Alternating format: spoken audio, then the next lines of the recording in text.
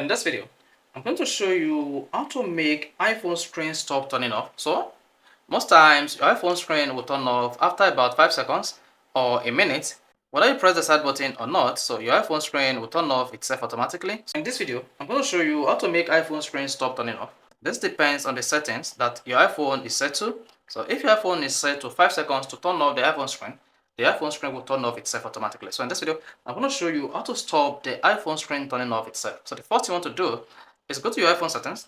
Under the settings, just scroll down and click on display and brightness. Then scroll down and click on auto lock. Under auto lock, you can see I set my iPhone to never. This means that my iPhone screen will never turn off itself without pressing the side button. So if you set your auto lock feature to 30 seconds, your iPhone screen will get dim in 30 seconds, and after then the screen will be locked. Now, to disable your iPhone screen from locking itself or turning off itself automatically, make sure you choose something between 4 to never. If you choose 4 minutes, it takes your iPhone 4 minutes before the screen will turn off, except you press the start button.